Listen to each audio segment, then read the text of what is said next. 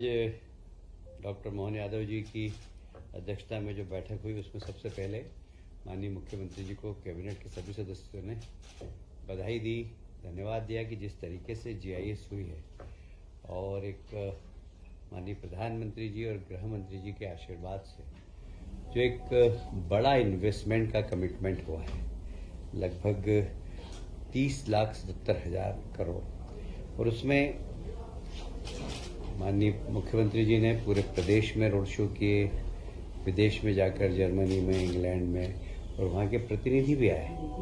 तो ये जो सरकार की जो मेहनत है उसका परिणाम है कि जीआईएस में बहुत बड़ा इन्वेस्टमेंट आया है। उद्योग विभाग ने लगभग 12 करोड़ 2 लाख का है, नवीनीकरण में 5 करोड़ 72 लाख का है, खनन एवं खनिज में 3 करोड़ 22 लाख, सॉरी मैं गलत बोल के 3 लाख। उद्योग विभाग के हैं 12.2 करोड़ का, नवीनीकरण में 5.72 लाख करोड़, खनन और खनिज विभाग में 3.22 लाख करोड़, शहरी विकास में 1.97 लाख करोड़ और ऊर्जा विभाग में 1.74 लाख करोड़। इस प्रकार कुल प्रस्ताव पास हुए थे और ये धरातल पर उतरे हैं। इसके लिए माननीय मुख्यमंत्री जी निर्देश दिए हैं कि सारे प्रमुख सचिव हर सप्ताह में अपने अपने विभाग की समीक्षा करें और माननीय मुख्य सचिव 7 दिन में और माननीय मुख्यमंत्री जी मुख्य सचिव 1 दिन में महीने भर में और माननीय मुख्यमंत्री जी 2 माह में इसकी समीक्षा करेंगे।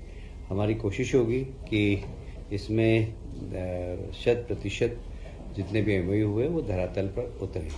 इसमें हमारी संभावना ये है कि लगभग इसमें 21 लाख से ज़्यादा रोजगार मध्य प्रदेश के नौजवानों को मिलेंगे। एक बहुत ही महत्वपूर्ण निर्णय, आप जानते हैं कि भारतीय जनता पार्टी ने अपने संकल्प पत्र में घोषणा की थी कि हम किसानों को 2700 रुपये प्रति क्विंटल एमएसपी पर गेहूं खरीदेंगे। हम उसके करीब पहुंचते जा रहे हैं। इस बार कैबिनेट ने निर्णय लिया है कि किसानों का गेहूं हम 2600 रुपये प्रति क्विंटल पर उपार्जन करेंगे।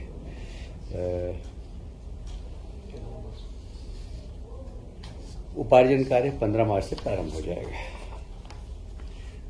उसी प्रकार धान उपार्जन, हमारे यहाँ धान 3-4 जिलों में बहुत अच्छी होती है, तो उनको भी 4,000 प्रति माह प्रोत्साहन राशि प्रति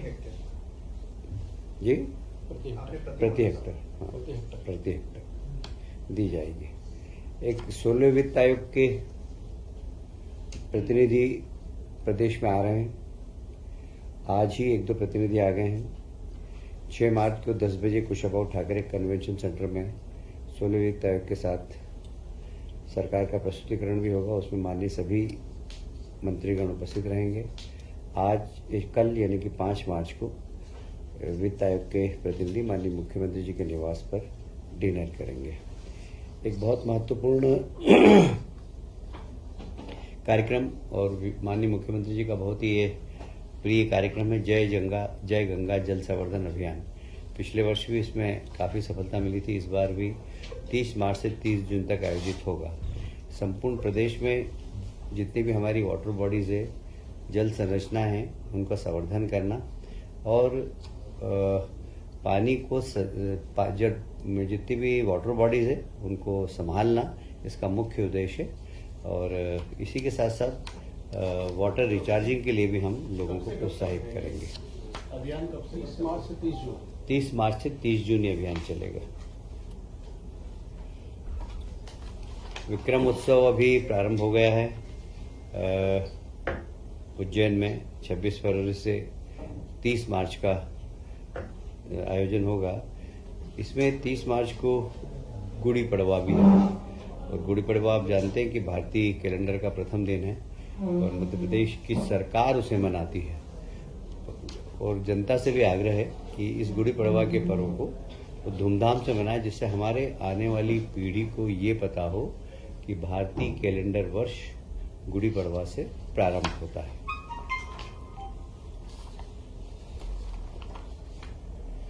आप सब जानते हैं कि जैसे ही माननीय मुख्यमंत्री जी शपथ ली थी वैसे ही 1 महीने तक किसानों के सीमांकन पटांकन के कार्यक्रम एक अभियान की तरह चलाए थे। अब इसको पूरे को डिजिटलाइजेशन कर रहे हैं और इसीलिए आज इस प्रस्ताव को मंजूरी दी है डिजिटलाइजेशन को।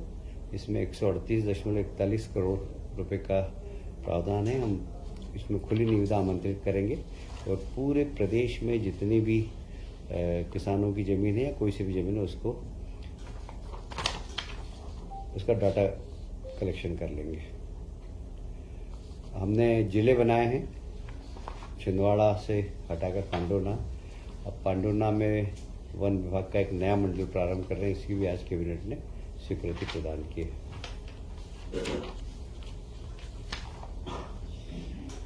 आप सभी जानते हैं कि माननीय प्रधानमंत्री जी हमेशा एक बात कहते हैं कि बच्चे उनका जो बच्चा होता है आंगनवाड़ी का, उसकी जो बचपन के दिन होते हैं 1000 और वो आंगनवाड़ी में पढ़ता है। वहाँ पर ही अगर उसको संस्कार दे दिए जाएँ, अच्छी खिलाई पिलाई कर दी जाए तो वह एक अपने जीवन में अच्छा बनता है। तो आज एक निर्णय लिया गया है कि आंगनवाड़ी की जितने भी कार्यकर्ता हैं उन कार्यकर्ताओं को प्रशिक्षण देने का, और उस प्रशिक्षण के माध्यम से वे बच्चे जो छोटे हैं उन्हें सामान्य ज्ञान देना, शिक्षा के प्रति उनकी रुचि पैदा करना। तो इन सब के लिए आंगनवाड़ी कार्यकर्ताओं को एक प्रशिक्षण देकर उनका एक दृष्टिकोण बनाएंगे कि इन बच्चों का किस प्रकार विकास करना चाहिए। क्योंकि आंगनवाड़ी कार्यकर्ता उसको एक सरकारी नौकरी की तरह नहीं करे, इस प्रकार करे कि हमारे बच्चे हैं और हमें इन्हें संस्कार देना और हमें शिक्षा के प्रति आकर्षित भी करना है। तो वहाँ पर बच्चों के जो छोटे छोटे खेल होते हैं वो भी, और यह केंद्र प्रवर्तित आंगनवाड़ी पोषण 2.0 योजना के अंतर्गत पोषण भी और पढ़ाई भी, इसके अंतर्गत इस कार्यक्रम को लिया गया है। इसमें परियोजना विकास अधिकारी और T3 जो कार्यकर्ता है उन सबको मास्टर टीचर बनाना, ये इसका उद्देश्य हो गया जी। टीएनसीपी का एक एक्ट था क्या, वो विधानसभा